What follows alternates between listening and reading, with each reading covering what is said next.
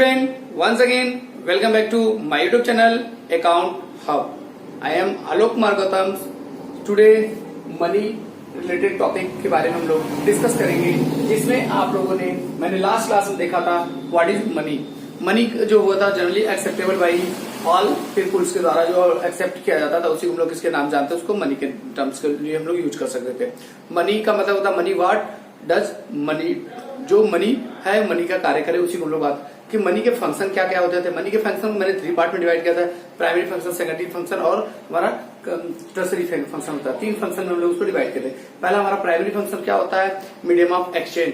दूसरा मेरा primary function क्या होता था, स्टोर ऑफ वैल्यू के नाम से हम लोग जानते थे. तीसरा हमारा क्या होता था, ट्रांसफर ऑफ मनी के लिए हम लोग बोलते थे. फिर उसको स्टोरिंग करते थे, स्टोरिंग कॉस्ट के लिए हम लोग जानते थे. फिर उसके बाद हमारा नेक्स्ट पॉइंट आता था.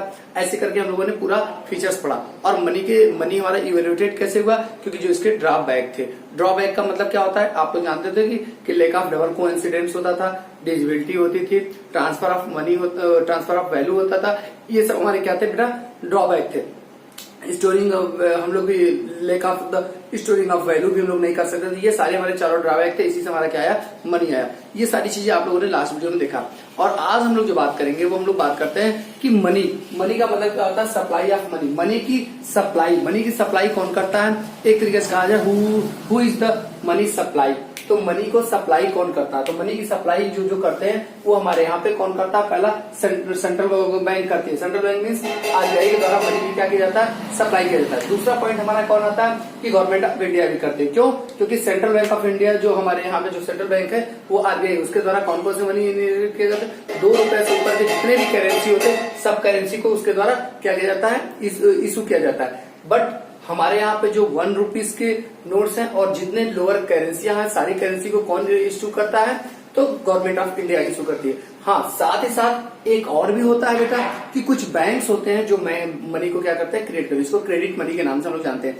तो बैंक भी सप्लाई मीन्स कमर्शियल बैंक्स भी आते हैं. यही तीनों क्या होते हैं, मनी को सप्लाई करते हैं. बट मनी सप्लाई का यहाँ मतलब हुआ कि सप्लाई ऑफ मनी का मतलब इन तीनों को छोड़कर, इन तीनों के अलावा जो पीपुल के पास, किसी पब्लिक के पास में जो अवेलेबल मनी होती है, उसी को हम लोग किसके नाम जानते हैं, एक सप्लाई के नाम से जानते हैं. और इन एक पीरियड की बात करते हैं. और आप लोग जानते ही हो कि सप्लाई का मतलब होता है फ्लो. और स्टॉक का मतलब क्या होता है कि स्टॉक का मतलब कोई कॉन्सेप्ट जो हमारा एक स्टॉक है एट अ पॉइंट या पार्टिकुलर पॉइंट एंड टाइम की हम लोग बात करते हैं. तो सप्लाई ऑफ मनी का मतलब क्या होता है, it refer to that stock of money which is held by the those, means peoples के द्वारा, those held by the those who demand money, जो जिसके पास क्या होगा, डिमांड मनी वो रखा होगा. डिमांड मनी का मतलब कि उसके मांगने पे उसको तुरंत मिल जाए. What is the demand money. Demand money के बारे में मैं अभी आपको बताऊंगा. डिमांड मनी कहाँ कहाँ पे होता है, कैसे होता है. कि यहाँ पे मैंने बताया कि स्टॉक ऑफ मनी जो कौन रखा होगा, जो पीपुल्स के द्वारा रखे गए होते हैं, जो किस पे मांगते, जब वो मांगते हैं तो उनको मिल जाए. तुरंत मांगने का मतलब होता है चाहे अगर वो उनके पास अवेलेबल हो या मांगने पे मिल जाए बैंक से. ये सारे मनी किस में आते हैं, डिमांड मनी में आते हैं. और कुछ डिमांड मनी ऐसे होते हैं, 3 प्रकार के डिमांड मनी. अगर डिमांड मनी की बात करेंगे तो हम लोग बताएंगे कुछ डिमांड मनी कमर्शियल बैंक के साथ है, कुछ आरबीआई के साथ हम लोग बार सेव करते हैं. डिमांड मनी क्या होता है मैं बताऊंगा अभी आपको. तो इसका मतलब हुआ कि सप्लाई ऑफ मनी का मतलब क्या होगा कि जो भी स्टॉक ऑफ मनी, जितनी भी स्टॉक ऑफ मनी है जो पीपुल्स के पास में है एज ए डिमांड मनी, वह सारी मनी हमारी क्या कहलाती है, supply of money. Not by those who money supply, money को सप्लाई कौन करता है, अभी मैंने 3 बताया. आरबीआई करती है, दूसरा कौन था, हमारे यहाँ गवर्नमेंट ऑफ इंडिया करती है, और फिर तीसरा कौन करता है, कमर्शियल बैंक. इनके पास जो मनी अवेलेबल है उस मनी को हम लोग यहाँ पे सप्लाई ऑफ मनी में इंक्लूड नहीं करते, इसको एक्सक्लूड करके लेके चलते हैं. बट हम लोग केवल डिमांड मनी को इंक्लूड करते हैं. डिमांड मनी कौन करता है, पीपुल के द्वारा, मीन्स पब्लिक के द्वारा जो डिमांड मनी किया जाता है, उसी को हम लोग की मनी को किसके नाम जाते हैं, डिमांड मनी. अब यही की बात आती है stock of money. Stock of money को मेजर करने के लिए हमारे पास कई मेथड है. But what is the meaning of the stock of money, it is referred to the total stock of money. ये क्या कहता है, टोटल स्टॉक का मतलब किसी particular stock of money of all type. अब ऑल टाइप क्या होते हैं, ये भी मैं चीज अभी नीचे एक्सप्लेन करते जाता हूँ बेटा, क्या क्या टाइप होते हैं. Of all types held by the people, कौन रखा है, held by the peoples of a country at a particular time. किसी जो उस कंट्री के, किसी एक कंट्री के जो पीपुल के द्वारा क्या किया होगा, हर एक प्रकार की मनी को अपने पास रखा गया होगा ए पॉइंट ऑफ टाइम या eight a particular point of time, एक पर्टिकुलर टाइम पे एक मतलब, क्योंकि स्टॉक का कंसेप्ट आप लोग जानते हो, स्टॉक का मतलब ये होता है किसी सर्टेन टाइम की बात करता है, बट सप्लाई का मतलब क्या होता है, फ्लो की बात करता है। आप लोग मैंने नेशनल इनकम में बताया था what is the difference between the flow and stock. Flow का मतलब होता है एक पीरियड के बारे में डिफाइन करता है, बट स्टॉक किसी पर्टिकुलर पॉइंट ऑफ टाइम की बात करता है। तो ये किसी पर्टिकुलर पॉइंट ऑफ टाइम पे, जैसे हम लोग इंडिया में, तो इंडिया में कंट्री कौन हो गया, इंडिया। इंडिया के लोगों के द्वारा किसी पर्टिकुलर टाइम पे जितना स्टॉक ऑफ मनी रखा गया होगा उसी को हम लोग किसी नाम से जानते हैं, स्टॉक ऑफ मनी के नाम से जानते हैं। अब देखो, for alternative measuring by the money supplier, और ये मनी सप्लाई को मेजरमेंट करने के लिए किसके द्वारा बेटा, बाय आरबीआई। किसके द्वारा बेटा, आरबीआई के द्वारा 4 मेजरमेंट पॉइंट बनाए गए। पहला हमारा होता है बेटा M1, दूसरा होता है M2, तीसरा हमारा होता है M3, चौथा हमारा क्या होता है बेटा M4। ये देखो दोनों बेटा हमारा ब्रॉड कंसेप्ट आते हैं, इसको हम लोग ब्रॉड कंसेप्ट में पढ़ते हैं। M2 जो हमारा होता है बेटा, ये नैरो कंसेप्ट में आता है, M1 और M2। तो इसलिए जनरली अगर कोई पूछता है कि आप लोगों से पूछे कि नैरो मनी कौन है, तो M1 को हम लोग क्या बोल सकते हैं बेटा, नैरो मनी। नैरो मनी कौन है, M1। और M1 में क्या क्या चीजें आती है, कैसे कैसे इसके फार्मूला कैसे बनाए, वो सारी चीजें मैं बता रहा हूं। और M3 को हम लोग क्या बोलते हैं बेटा, ब्रॉड मनी। ब्रॉड मनी ये दोनों होते हैं, ये M1 narrow money, broad money मतलब बहुत बड़े स्तर पे। लेकिन आपके सीबीएसई बोर्ड में इन तीनों को रिस्ट्रिक्टेड कर दिया गया, इन तीनों को नहीं पढ़ना है। तो हमको केवल क्या पढ़ना है, M1 के बारे में पढ़ना, जो हमारी क्या होती है, नैरो मनी होती है। नैरो मनी इसका M1 का जो फार्मूला होता है बेटा, वो ये होता है, M1 equal to C plus DD plus OD, और OD भी विथ OD खाली, बिल्कुल आगे मत लिखो बेटा, और OD, ये फार्मूला आपका होता है। अब C का मतलब क्या होता है बेटा, करेंसी। करेंसी, C का मतलब क्या था बेटा, currency. Currency which currency held public, किसके पास में, वह सारी करेंसी जो किसके पास में हो, पब्लिक के पास में हो, और बैंक के पब्लिक के पास में होता है, उसी को हम लोग किसके नाम से जानते हैं, C का मतलब करेंसी। अब D का मतलब क्या होता है, D का मतलब बेटा होता है डिमांड डिपॉजिट। डी का मतलब क्या होता है बेटा, डिमांड डिपॉजिट। अब डिमांड डिपॉजिट का मतलब, डिमांड डिपॉजिट विथ किसके साथ, ओनली कॉमर्शियल बैंक की बात किया गया कि कॉमर्शियल बैंक में पब्लिक का जो पैसा जमा हो।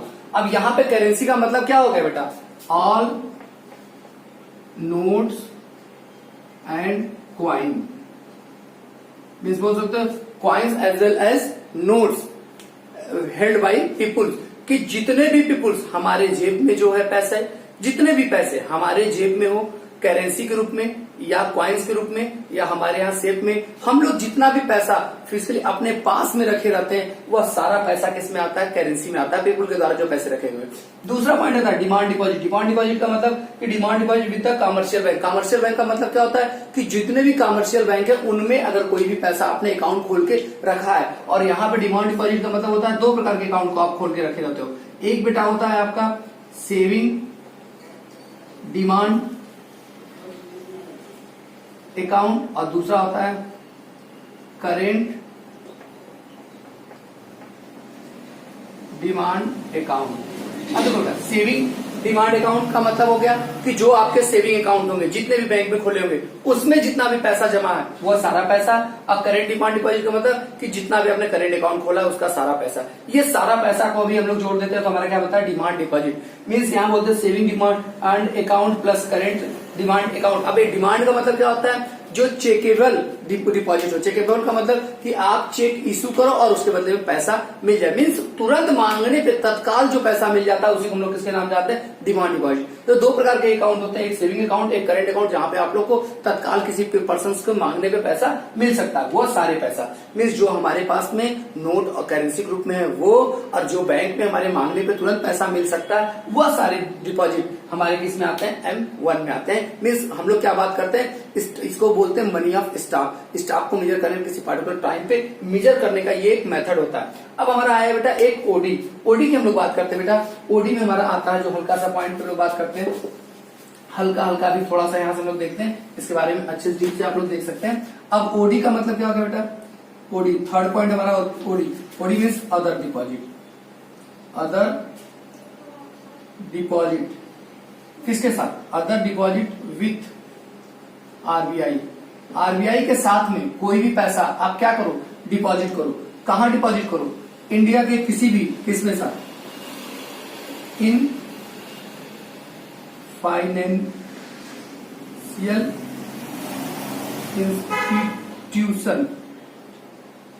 इंस्टीट्यूशंस ऑफ कंट्री, अपने कंट्री की कोई भी फाइनेंशियल इंस्टीट्यूट हो, अगर उसमें आरबीआई के द्वारा, आरबीआई के साथ, आरबीआई के कहने पे पैसा आप जमा करते हो, उसमें लगाते हो, तो वो भी आपका क्या कहलाता है, अदर डिपॉजिट मीन्स वो हम लोग क्या मांगते हैं, जब चाहे तब मांगने को वो मुझे पैसा मिल सकता है, वो भी एक तरीके से चेकेबल होता है, उसमें मिल सकता है, उसको भी हम लोग क्या मानते हैं, मनी ऑफ स्टॉक के रूप में मानते हैं। जैसे आप लोग एक नाम देख लो, नाबार्ड, नाबार्ड नेशनल एग्रीकल्चर यहाँ पे हम लोग बोल सकते हैं कि national agriculture rural and development bank जो हमारा होता है, इसकी हम लोग बात करते हैं नाबार्ड। यहाँ नाबार्ड में हम लोग पैसा जमा करते हैं, किसके द्वारा, आरबीआई के थ्रू, आरबीआई के साथ हम लोग पैसा जमा है, किसमें, कोई फाइनेंशियल इंस्टीट्यूशन ऑफ कंट्री में पैसा जमा करें, या कोई भी हम लोग पैसा क्या जमा करें, किसके साथ, आरबीआई के साथ में कोई भी हम लोग फॉरेन सेंट्रल बैंक में या फॉरेन गवर्नमेंट के यहाँ को हम लोग पैसा, कोई वहां पे फॉरेन गवर्नमेंट में हमने कोई पैसा लगा दिया, किसके थ्रू, हर समय आरबीआई के साथ में अगर अपने यहाँ पे कोई फाइनेंशियल इंस्टीट्यूट में पैसा लगाया है वो, और प्लस फॉरेन का कोई सेंट्रल बैंक उसमें पैसा लगाओ, या फॉरेन की कोई गवर्नमेंट है उसको पैसा आप उसमें इन्वेस्ट कर दो, तो वो भी पैसा हमारा क्या कहलाता है, अदर डिपॉजिट मीन्स वो M1 में आता है, उसको हम लोग एट अ पॉइंट में लेके चलते हैं। तीसरा पॉइंट हमारा क्या आता है बेटा, कि कोई अदर डिपॉजिट आपने कहा किया हो, कि कोई भी आपने other deposit with RBI, RBI के साथ में किसमें किया हो, इंटरनेशनल इंस्टीट्यूशन, किसमें बेटा, international institution. Just like example में आप लोग देख सकते हो बेटा कि IMF एंड वर्ल्ड बैंक में अगर आपने कोई पैसा, बट किसके कहने पे, वो किसके साथ, आरबीआई के साथ में अगर लगाओगे तो वह भी पैसा अदर डिपॉजिट में आएगा। तो मतलब कि सी, हमारे जेब में जो रखा गया पैसा, वो जो हमारी पैसा बैंक में चेकेबल, वो जो मेरा पैसा आरबीआई के साथ में मेरे यहाँ फाइनेंशियल इंस्टीट्यूट में लगाया गया, वो पैसा जो आरबीआई के साथ हम लोग पैसा कहाँ लगाए हैं, विदेशों में कोई किसी कंट्री में इन्वेस्ट किए हैं, या वहां सेंट्रल बैंक में जमा किए हैं वो पैसा, और साथ ही साथ कि जो हम लोग किसी इंटरनेशनल इंस्टीट्यूशंस में, IMF में, वर्ल्ड बैंक में अपना पैसा जमा किए हैं वो पैसा, इन सब पैसे को हम लोग मिला लेते हैं तो हमारा क्या बनता है, M1, और इसी को हम लोग बोलते हैं नैरो मनी। और यही बताता है कि मनी ऑफ स्टॉक आपका पर्टिकुलर किसी पॉइंट एट टाइम पे कितना है हमारे कंट्री का, बट इसमें सप्लायर ऑफ मनी को हम लोग इंक्लूड नहीं करते, उसको एक्सक्लूड करके रखते हैं। मैंने बताया those who money supply, supply करने के 3 पर्सन होते हैं, who is the money supplier, तो मनी सप्लायर के 3 मैंने बताया, आरबीआई हमारे क्या है, दूसरा क्या है हमारा गवर्नमेंट है, तीसरा मेरा क्या होता है, कमर्शियल बैंक है। इन तीनों को मैंने एक्सक्लूड करके रखे। जो आपका पैसा कहाँ होना चाहिए, आपके पास में हो, जो आपका पैसा बैंक में हो, और आपका पैसा विदेश में पैसा जमा किया हो, विदेश के सेंट्रल बैंक में पैसा जमा किया होगा, विदेश के कोई इंटरनेशनल ऑर्गेनाइजेशन में पैसा जमा किया गया, और कोई पैसा आपका ही, आपके ही कंट्री के कोई इंस्टीट्यूशन में पैसा लगाया गया होगा, वह सारा पैसा जब हम लोग जोड़ देते हैं, आपका पैसा होना चाहिए, बैंक का पैसा, आपका पैसा, वही हमारा क्या कहलाता है, M1 में हम लोग उसको बात करते हैं, नैरो मनी में हम लोग उसको इंक्लूड करके लेके चलते हैं। That is clear. तो ये हमारा पॉइंट बेटा ऐसे आया। अब इसके बारे में हम लोग ज्यादा डेफिनेशन लिखना होगा, चीजें होगी तो शॉर्ट नोट्स हम लोग आप लोग को प्रोवाइड कर देंगे, शॉर्ट नोट्स से आप लिख लेना, डेफिनेशन लिख के इतना ज्यादा समय नहीं, टाइम इतना वीडियो लंबा करने की कोई जरूरत नहीं होता, हर चीज का डेफिनेशन जो मैंने समझा इस पॉइंट से आप लेके चल सकते हो। ठीक है बेटा। तो अब हमारा पॉइंट जो आता है, एक पॉइंट और, कि इसमें कौन सा पैसा है जो इंक्लूड नहीं करेंगे आरबीआई के साथ। अगर आरबीआई के साथ आप अपने क्या विच amount not include in M1 में नहीं, या अदर डिपॉजिट में लोग इंक्लूड नहीं करते, वो कौन सा है। अगर कोई पैसा आपने क्या किया, अपने यहाँ गवर्नमेंट को किस कहाँ पे जमा किए, गवर्नमेंट में जमा किए हो, और विथ आरबीआई, तो वो पैसा हम लोग क्या करते हैं, नहीं इंक्लूड करते। मीन्स फाइनेंशियल इंस्टीट्यूट को तो इंक्लूड करोगे, बट कोई गवर्नमेंट को पैसा आपने जमा किया है तो उसको आप इंक्लूड नहीं करोगे। ठीक है, पहला पॉइंट। दूसरा पॉइंट हमारा आता है बेटा कि अगर आप अपने यहाँ किसी भी क्या किया, कमर्शियल बैंक में आरबीआई के कहने पे पैसा लगाए हो, तो वो भी पैसा आपके उसमें इंक्लूड नहीं होगा। किसमें जमा किए हो? कमर्शियल बैंक में जमा किए हो। और किसके कहने पे? किस कमर्शियल बैंक को आपने लोन दे दिया? किसके कहने पे? आरबीआई कहने पे। तो वो भी पैसा आपका यहाँ इंक्लूड नहीं होगा, बट ओनली फाइनेंशियल इंस्टीट्यूशंस में आपका पैसा लगा होना चाहिए। ठीक बेटा, इतनी सारी चीजें। अब हम लोग थोड़ा सा लगाता है M1 इक्वल क्या होता है? Currency plus demand deposit plus other. Currency मतलब होता है currency with the public currency notes as well as the coins, सारे आते हैं। और उसके बाद डिमांड डिपॉजिट मतलब क्या होता है? With public. Demand deposit of the peoples with the commercial bank. किसके साथ? कमर्शियल बैंक के साथ में। इसमें क्या क्या? सेविंग अकाउंट डिपॉजिट और करेंट अकाउंट डिपॉजिट दोनों आते हैं। फिर हमारा अदर डिपॉजिट में क्या होता है? DD means demand deposit with the RBI. Demand deposit with the RBI public finance institution means NABARD वगैरह में आप लोग पैसा जमा करो, LIC में जमा करो, कुछ ऐसे जो हमारे यहाँ पे फाइनेंशियल बेनिफिट करने के लिए होते हैं, उन संस्थाओं में पैसा आप जमा करते हैं, बट डिमांड डिपॉजिट होना चाहिए। Demand deposit with the RBI of the foreign central bank means किसी अदर कंट्री के सेंट्रल बैंक में अगर आप पैसा जमा करते हैं डिमांड डिपॉजिट, तो उस कंडीशन में, या अदर फॉरेन गवर्नमेंट में पैसा जमा लगाओ उस कंडीशन में। और demand deposit with the RBI of the international financial institute. International financial institute means कि कोई इंटरनेशनल रिकॉग्नाइज बॉडी होगी, उसके द्वारा अगर आप पैसा लगाते हो, उसमें जैसे IMF में या वर्ल्ड बैंक में आप पैसा लगाते हो, तो वो सारी चीजें भी आपके होगा अदर डिमांड डिपॉजिट में यहाँ पे के नाम से इंक्लूड होगी। वो उसके द्वारा जो हम लोग निकालते हैं उसी हम लोग M1 के नाम जानते हैं। बट कुछ चीजें जो होती है नॉट इंक्लूड इसमें। डिमांड डिपॉजिट, यहाँ पे डिपॉजिट, यहाँ क्या मैंने डिपॉजिट, यहाँ सब था डिमांड डिपॉजिट, यहाँ क्या था deposit of the government of the country. और गवर्नमेंट ऑफ कंट्री, जो हमारे यहाँ की गवर्नमेंट है, उसका हमारे कंट्री की जो गवर्नमेंट है, उस कंट्री में अगर हम लोग कोई पैसा लगाते हैं, अपने यहाँ की गवर्नमेंट को कोई हम लोग पैसा देते हैं, उसको वहां पे हम लोग पैसा कोई जमा करते हैं, और किसके साथ? आरबीआई के साथ में, तो हमको हमारा वो इंक्लूड इसमें नैरो मनी में नहीं होगा। हाँ, deposit of the countries banking system में, हम अपने यहाँ कोई बैंकिंग सिस्टम में कोई पैसा आरबीआई के कहने पे लगाते हैं, तो उस कंडीशन में जो भी पैसा होगा वो भी हमारे हाथ में इंक्लूड नहीं होगा, क्योंकि डिपॉजिट है, डिमांड डिपॉजिट नहीं है। डिमांड डिपॉजिट का मतलब कि मांगने पे हमारा दे हो, मीन्स बोल सकते हैं चेकेबल डिपॉजिट के नाम से। चेकेबल का मतलब चेक दिए, नीड होने पे हमें तुरंत पैसा मुझे मिल जाए, उस पैसे की हम लोग यहाँ बात करते हैं। अब बेटा हम लोग आते हैं छोटा सा पॉइंट पे। एक वर्ड बेटा हमारा क्या होता है? Gross demand deposit.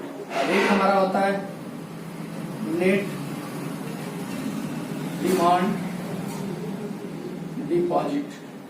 हम लोग ग्रॉस डिमांड डिपॉजिट और नेट, तो आप लोग जानते हो बेटा ग्रॉस से नेट पे जाने के बीच में कोई ना कोई क्लेम होगा जरूर।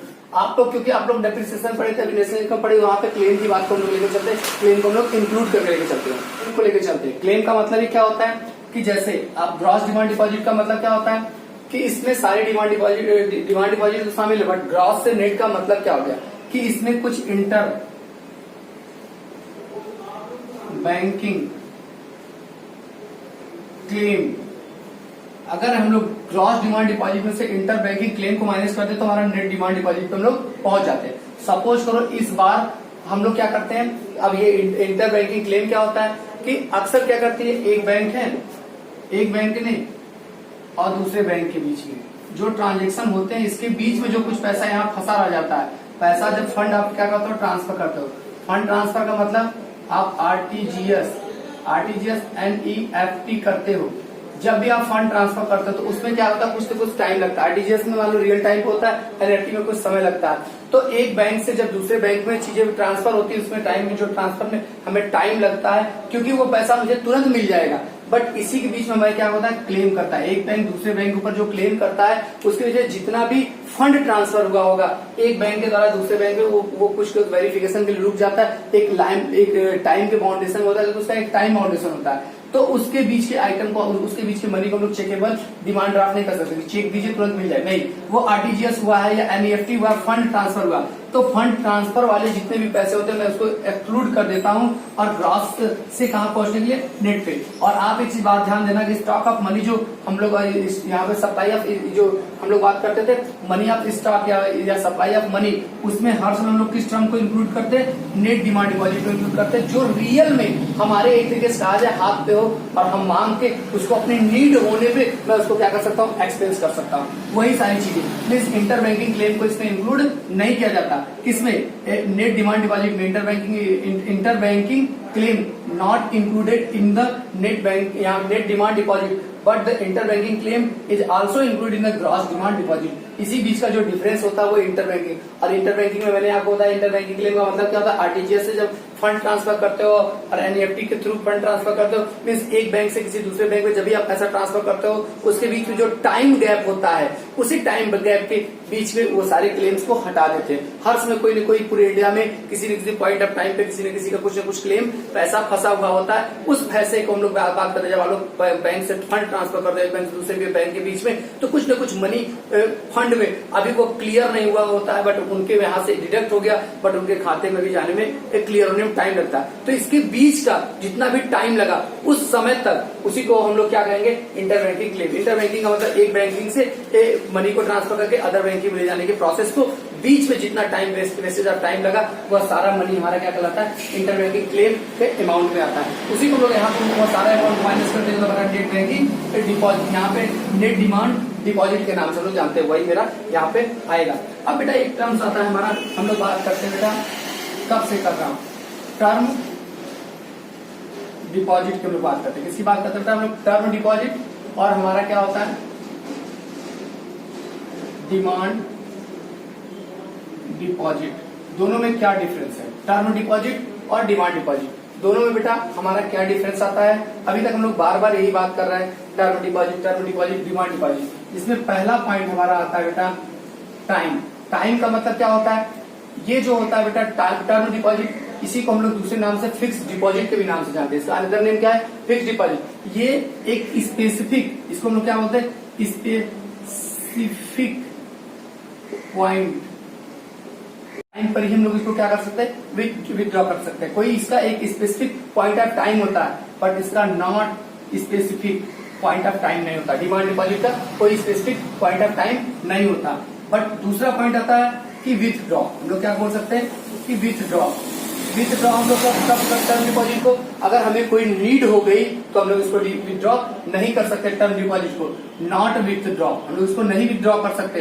But demand deposit when need can be withdraw from the bank, हम लोग इसको क्या कर सकते हैं, बैंक से विथड्रॉ किया जा सकता है। तीसरा पॉइंट होता है बेटा कि हम लोग बोल सकते हैं चेकेबल डिपॉजिट कौन होता है, चेकेबल डिपॉजिट का मतलब क्या होता है कि जो हम लोग डिमांड डिपॉजिट का दूसरा नाम है बेटा, चेकेबल डिपॉजिट का मतलब कि जो आपने मांगो और पैसा वो क्या हो आपको मिल जाए, मीन्स चेक देने पे ही, चेक देने का मतलब होता है पेमेंट ऑन डिमांड, इसको हम लोग क्या पे ऑन डिमांड। चेक डिपॉजिट का मतलब क्या होता है, नॉट पे ऑन डिमांड, ये पे ऑन डिमांड नहीं होता, या पेएबल, इसको लिख सकते हो पेएबल ऑन डिमांड नहीं होता, बट ये क्या होता है पेएबल ऑन डिमांड, ये पेएबल ऑन डिमांड होता है। अब हमारा चौथा पॉइंट आ सकता है कि इसमें कौन कौन से अकाउंट परफॉर्म करते हैं, आप लोग इसमें जानते हो कि फिक्स्ड अकाउंट होता है, और इसको हम लोग किसके नाम से जानते हैं, आपको भी मैंने बताया था सेविंग अकाउंट। इसमें कौन आता है, saving account plus current account, दोनों इसमें अकाउंट क्या होते हैं बेटा, परफॉर्म करते हैं। ये सारी चीजें आप लोगों को मैंने बताया। अब एक पॉइंट आता है बेटा बैंक मनी, आपका इससे छोटे छोटे पॉइंट आएंगे बेटा। बैंक मनी का मतलब क्या होता है, छोटे छोटे पॉइंट को हल्का हल्का समझेंगे तो आप लोगों को क्लियर हो जाएगा। बैंक मनी का मतलब क्या होता है कि जो पैसा आप क्या करो, जो पैसा आप कहाँ क्या करो, कि केवल किसके साथ जमा करके रखे रहो, विच money deposit with a commercial bank, जितना भी पैसा आप कमर्शियल बैंक में पैसा जमा करके रखे हो वह सारा पैसा आपका क्या कहलाता है बेटा, बैंक मनी। बैंक मनी का मतलब क्या होता है कि जितना भी पैसा आप क्या किए हो बैंक में जमा करके रखे हो, वह सारा पैसा हमारा क्या कहलाता है, बैंक मनी के नाम से कहलाता है। उसको हम लोग किसके नाम से जानते हैं बेटा, बैंक मनी के नाम से जानते हैं। Which money deposit in a commercial या with a commercial bank, that is known as bank money के नाम से जानते हैं। फिर हमारा बेटा एक इसी में नेक्स्ट पॉइंट आता है high power money. High power money के नाम से जानो, या इसे मॉनेटरी मनी या बेस मनी, कई नाम होते हैं इसके तीनों नाम से। हाई पावर मनी का मतलब क्या होता है कि यहाँ पे जो भी मनी होता है बेटा, कि मैंने आपको बताया था कि किसके साथ में, जो हमारे पास करेंसी होगी, हमारे पास जो पीपुल के पास में करेंसी, करेंसी मतलब जो नोट्स कॉइन्स होते हैं वो सारी चीजें, प्लस हमारे इसके साथ में कि कमर्शियल बैंक के, किसके बेटा, हम लोग यहाँ बात करते हैं किसके, कमर्शियल बैंक के जो भी डिपॉजिट होंगे, कौन से डिपॉजिट, कमर्शियल बैंक के डिमांड डिपॉजिट जो होंगे वो सारी चीजें, कमर्शियल बैंक के जितने भी डिपॉजिट होंगे वो, और प्लस मैंने क्या होता है सारी currency, currency held by the people, वो सारे कमर्शियल बैंक के डिपॉजिट वो, और साथ ही साथ हम लोग बोल सकते हैं CRR, CRR मतलब कि कमर्शियल बैंक का जो पैसा कहाँ जमा होता है, बैंक में, किसका, टोटल डिपॉजिट का, उसी को हम लोग किसके नाम जानते हैं, CRR विथ RBI, किसके साथ बेटा, RBI के साथ। RBI का मतलब यहाँ पे क्या होता है बेटा कि जो सारा पैसा, जो सभी पैसा किसके साथ में, टोटल डिपॉजिट का, किसके बेटा, टोटल डिपॉजिट का, टोटल डिमांड डिपॉजिट अगर पूरा बोल सकते हो, टोटल डिमांड डिपॉजिट का जो सारा पैसा किसके पास में जमा होता है, RBI के पास में होता है, उसी रेट को हम लोग किसके नाम जानते हैं, करंट रिजर्व रेशियो या करंट रिजर्व रिकॉग्नाइजेशन के नाम से जानते हैं, जो प्रेजेंट टाइम में बेटा हमारे हिसाब से 3% है। प्रेजेंट टाइम में कितना बेटा, 3%। अब इसके बारे में क्या होता है CRR, ये मैं आगे बताऊंगा, और बैंकिंग सेक्टर में सारी चीजें बताऊंगा कि जो पैसा किसका, पब्लिक डिपॉजिट का, पब्लिक डिपॉजिट मतलब कि जैसे आप देखो बैंक में क्या करते हो बेटा, 100 रुपये आप जमा किए, यहाँ पे जमा किए, ये आपका कमर्शियल बैंक है, कमर्शियल बैंक में आपने 100 रुपये जमा किया, तो कमर्शियल बैंक वाले क्या करते हैं, इस पैसे को रखे नहीं रहते, वो आपको इंटरेस्ट कहाँ देंगे, इस पैसे का यूज करते हैं। तो इसी के लिए RBI ने क्या किया, रिस्ट्रिक्ट किया, किसने किया, RBI ने परमिशन लगाया कि क्रेडिट ज्यादा नहीं दे सके, 100 का 100 ना दे सके, इसलिए वो क्या करता है, वो बोलता है कि आप SLR के रूप में अपने पास आप क्या रखिए, कुल 17.85% अपने पास रखिए और 3% आप किसको दीजिए, RBI के पास दीजिए। मीन्स जितना फिर उसके बाद बचेगा उसी मनी को आप लोग क्या कर सकते हो, एज ए क्रेडिट मार्केट में लोन के रूप में दे सकते हो। ये टर्म्स बेटा अभी नहीं समझ में आएगा, जब हम लोग आगे पहुंचेंगे मैं उसके बाद, मुझे बस यहाँ में ये बताना था कि जो मनी हमारा क्या होगा, कमर्शियल बैंक में होगा, उसको हम लोग बैंक मनी के नाम से जानते हैं। हाई पावर मनी या मॉनेटरी मनी या हम लोग उसको बेस मनी किसको करते हैं, कि सारी करेंसी जो पब्लिक के पास में है, सारा जो डिपॉजिट किसके पास में, कमर्शियल बैंक के पास में है, और टोटल डिमांड डिपॉजिट का जो डिपॉजिट किसके पास में होता है, अब RBI के पास में होगा CRR के रूप में, कैश रिजर्व रेशियो के रूप में, तो वो सबको हम लोग जोड़ देंगे तो वो मेरा क्या बनेगा, हाई पावर मनी। बट एक चीज ध्यान देना बेटा, मनी आप सप्लाई निकालने के लिए हम लोग इसको इंक्लूड नहीं करते, कमर्शियल बैंक डिपॉजिट को नहीं इंक्लूड करते, CRR को इंक्लूड नहीं करते, क्योंकि ये डिमांड डिपॉजिट नहीं होता है। इसलिए हम लोग केवल करेंसी की बात करते हैं, पब्लिक के डिपॉजिट की हम लोग बात करते हैं, पब्लिक के डिमांड डिपॉजिट की हम लोग बात करते हैं। इस तरीके से मेरा क्या होगा, हाई पावर ऑफ मनी की बात हम लोग इसमें करते हैं। That is clear.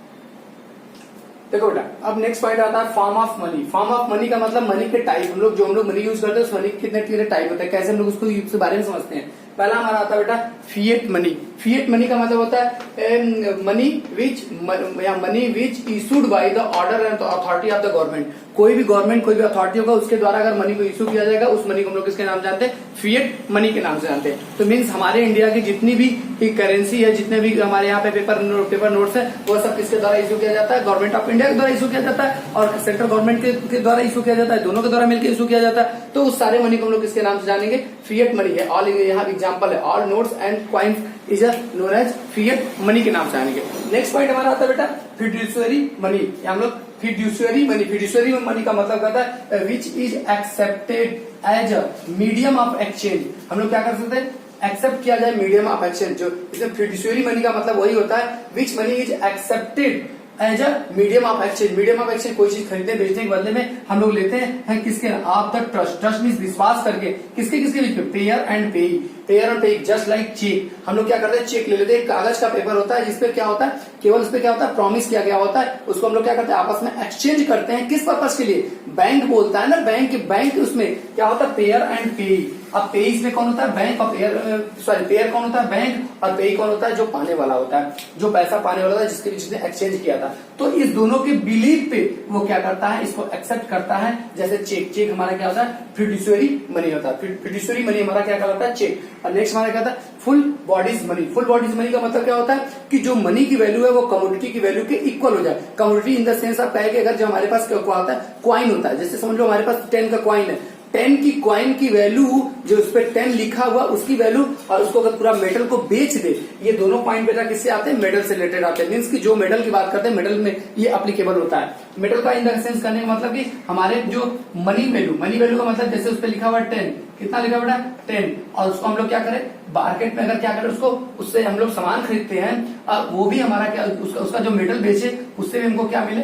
10 ही रुपया मिलता है। मेटल को अगर बेच के गला के बेच दे, हम लोग उसको क्या मेल्ट करके अगर बेच देते हैं और उससे हमको क्या मिलता है? 10 ही रुपीज मिलता है, तो उसको हम लोग क्या करते हैं? फुल बॉडी ऑफ मनी के नाम जानते हैं। जैसे आज से पहले हमारे ब्रिटिश गवर्नमेंट में क्या होता है? सिल्वर की कॉइन, गोल्ड कॉइन, कॉइन्स वगैरह वहां पे चलते हैं। डबल स्टैंडर्ड हमारे यहाँ पे जो मेटल सब के कॉइन्स चलते थे, तो उन मेटल की वैल्यू और जो उस पे प्राइस प्रिंटेड थे उसकी वैल्यू दोनों एक ही हो जाएगी। मीन्स कमोडिटी मीन्स मेटल की वैल्यू और मनी वैल्यू का मतलब जो उस पे प्रिंट होगा। जैसे आज के 10 के कॉइन पे 10 रुपीज लिखा रहता है, तो उसकी वैल्यू क्या हो जाएगी? अगर मेटल सारा उसको मेल्ट करके बेच दे और दोनों की वैल्यू इक्वल होगी तो उसको हम लोग बोलते हैं फुल बॉडीज मनी के नाम जानते हैं। और हमारा क्रेडिट मनी क्या होता है? क्रेडिट मनी का मतलब क्या होगा? Money value is greater than commodity value. Commodity का वैल्यू जैसे आज का आपका 1 रुपया, 2 रुपये, 3 रुपये, 4 रुपये, 10 रुपए का जो क्वाइन होता है बेटा, जो 10 रुपए का आपके पास क्वाइन है उस पे लिखा तो 10 रुपया है, लेकिन अगर उसको हम लोग मेल्ट करके बेचे तो हो सकता है 3 ही रुपया मिले। उस मेटल की वैल्यू उतनी ज्यादा नहीं जितनी हमारे पास क्या है? क्वाइन पे जो मनी, हमारे मनी की वैल्यू उस पर प्रिंट है, तो इसलिए इसको हम लोग क्या कहेंगे? Credit money. अगर हमारी मनी वैल्यू ज्यादा हो और हमारी क्या होगी? क्रेडिट जो हमारी कमोडिटी की वैल्यू क्या होगी? कमोडिटी में जो वस्तु से बनी हुई उस वस्तु की वैल्यू कम होगी, तो हम लोग उसके नाम से किसके नाम जानते हैं? क्रेडिट मनी के नाम से। अगर दोनों इक्वल होगा तो उसे हम लोग फुल बॉडी मनी के नाम से जानते हैं। इस तरीके से बेटा हमारा मनी का चैप्टर ये सारा समाप्त हुआ। जो मनी नहीं आए होंगे समझ में, वो हमसे आप डाउट क्लास में क्लियर करिएगा। वीडियो लंबा हो रहा है इसलिए इसके बारे में हम लोग आपको नेक्स्ट पॉइंट पे जो भी आप लोग नोट्स बनाओगे क्लियर करोगे, और कुछ हम लोग इसके साथ प्रैक्टिस से भी नोट्स डाल रहे हैं, उसको आप लोग क्लियर कट में ध्यान दीजिएगा। मनी चैप्टर्स में और आपके बैंकिंग चैप्टर में कुछ पॉइंट्स कट किए गए हैं, SLR, CRR इन सब के बारे में, बट हम लोग थोड़ा थोड़ा बात उसके बारे में जरूर आपसे करेंगे, उसको बताएंगे। ठीक बेटा, तो मैं चलता हूं बेटा, बाय बाय।